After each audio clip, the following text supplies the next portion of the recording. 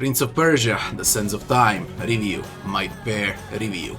Exactly 20 years passed since Sands of Time back in 2003, one of the most unique parkour-like platformers, a franchise that's directly responsible for the existence of Assassin's Creed franchise. It all started with Prince of Persia, The Sands of Time. Let's rate the game properly, as it deserves, and how it stands against the test of time in 2023. 20 years is a long period of time, and very soon we can talk about this one as a retro game.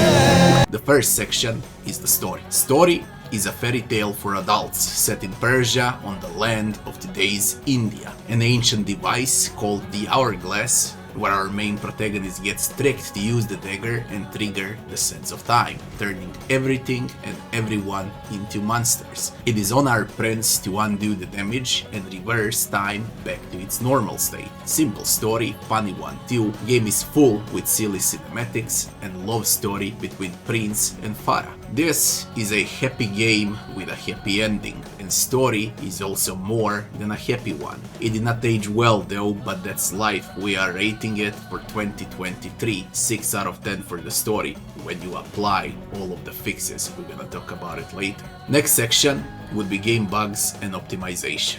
Game needs manual fixes for full screen and graphics, for the widescreen better to say. Even with all of the fixes applied, you will encounter plenty of hilarious bugs and glitches. Nvidia control panel also needs to be limited to 60 FPS. The game works smooth in return and none of the bugs are game breaking. Solution is usually exit and enter the game again. Last an hour of my life in attempts to figure it out. So 6 out of 10 for game bugs and optimization. It can work solid only when you apply all fixes. Game time, extremely short game with zero replay value. Around 7 hours to 10 hours is needed to finish this one. Depends on the player, of course. Considering that you can easily acquire this one for $1 on sale, and it's often on sale now, I say money well spent. 9 out of 10 for game time. Game difficulty. Difficulty is in controls and camera angles. Combat can be brutal.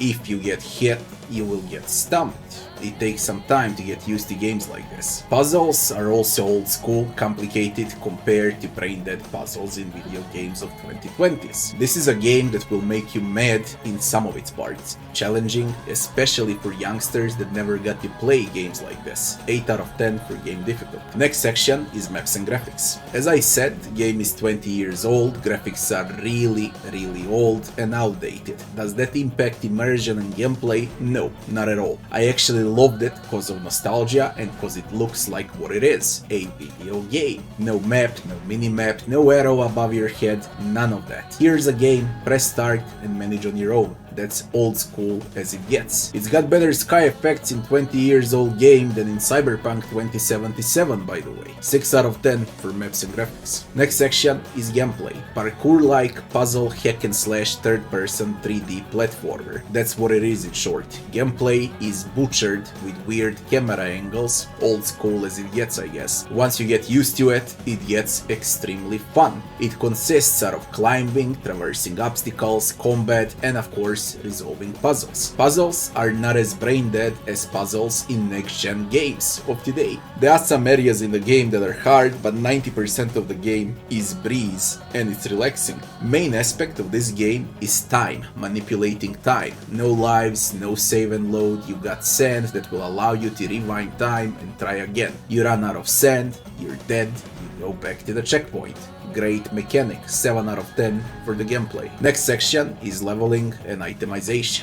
Nothing to do here. There are 3 simple upgrades in the game: sword upgrade to raise damage, health upgrade to raise damage taken threshold, and sand tanks to upgrade so you can rewind time more often when you fail. That's about it. Very simple. 4 out of 10 for leveling and itemization. The next section would be NPCs and enemies. 3 NPCs in a game in total, including our main protagonist. There's the hilarious main villain, Princess, and you, the Prince of Persia. As far as enemies go, there is good enemy variety in such a short game, all of them with unique moves and abilities, from classic sand soldiers to crows and scarabs. One boss fight in the entire game, the final boss, and the fight is there just for the story. It's extremely trivial. Memorable NPCs and enemies though, 7 out of 10 for NPCs and enemies. The last section would be music and sound. Great atmospheric music, even better sound effects, and solid voice acting. The entire game is fully voice covered, by the way. 9 out of 10 for music and sound. It's really good considering it's 20 years old. Final verdict. We got 9 sections with 62 points, and that would be 6.8 out of 10 for Prince of Persia: The Sands of Time in 2023. Exactly 20 years old, and if you can swallow older 3D graphics and weird camera angles, this game offers a lot of fun and solid amount of challenge for $1